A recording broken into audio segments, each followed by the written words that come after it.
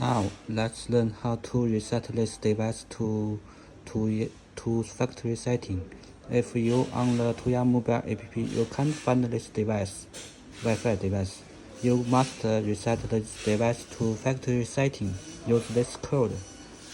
Please see it.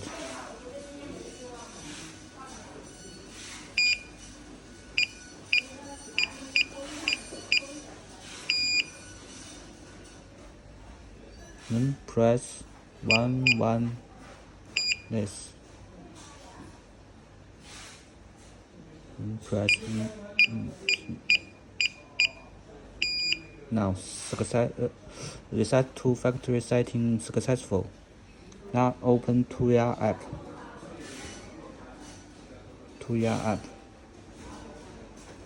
Add device. Then you can find the device now. Click here.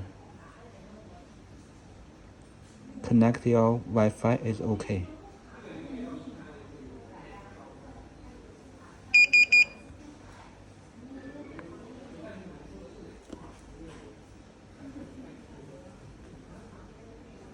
Select your Wi-Fi.